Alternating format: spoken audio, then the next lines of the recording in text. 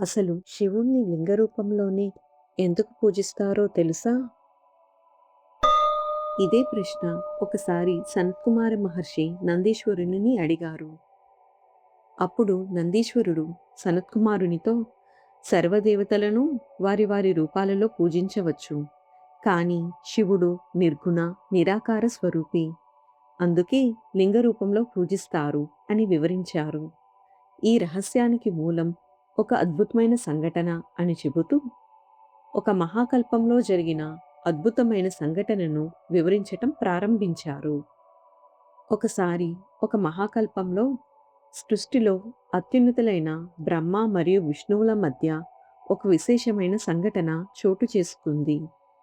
ఒకానొక సమయంలో విష్ణువు క్షీరసాగరంలో ఆదిశేషువుపై విశ్రాంతిగా శయనిస్తున్నారు.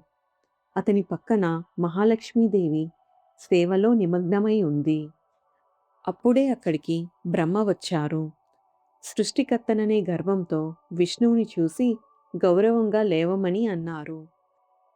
విష్ణువు స్వల్పంగా చిరునవ్వు చిందిస్తూ, లోపల కొంత ఆగ్రహం ఉన్నా శాంతంగా బ్రహ్మతో, సృష్టి నాలో నుండే ఉద్భవించింది. నువ్వు కూడా నా నుండే పుట్టావు. అందుకని నువ్వే నాకు గౌరవం ఇవ్వాలి అని అన్నారు. ఈ మాటలు విన్న బ్రహ్మ కోపంతో, నేనే సృష్టికర్తను, నాకు మించి ఎవరూ లేరు, సర్వానికి మూలం నేనే అని గర్వించారు. విష్ణువు జగత్తును కాపాడేవాడిగా తన స్థానం గొప్పదని భావించారు. ఇద్దరి మధ్య మాటల తర్కం వేగంగా పెరిగింది. చివరికి ఆ తర్కం క్రమంగా వాదనగా, వాదన నుండి వివాదంగా, ఘోర యుద్ధంగా మారింది. ఇద్దరూ తమ తమ దివ్యాస్త్రాలను ప్రయోగించటం ప్రారంభించారు. శక్తివంతమైన ఆయుధాలు, దివ్యాస్త్రాలు ఒకదాని తర్వాత ఒకటి వినియోగించబడ్డాయి. చివరికి విష్ణువు మహేశ్వరాస్త్రాన్ని ప్రయోగించారు. బ్రహ్మ పాశుపతాస్త్రాన్ని సంధించారు. ఆ దివ్యాస్త్రాల ప్రభావంతో లోకాలు కంపించాయి. సృష్టి సమతుల్యం భంగం చెందే పరిస్థితి ఏర్పడింది. ఈ భయంకర పరిస్థితిని చూసిన దేవతలు, ఋషులు అందరూ భయంతో ఆందోళన చెందారు. ఇలా కొనసాగితే సృష్టి నాశనం అవుతుందని గ్రహించారు. అందరూ కలిసి పరమేశ్వరుని ఆశ్రయించాలని నిర్ణయించారు. దేవతలు పరమేశ్వరుని చేరి జరిగిన విషయాన్ని వినిపించారు. ఆ సమయంలో శివుడు పార్వతీదేవితో కలిసి ప్రశాంతంగా ఉన్నారు.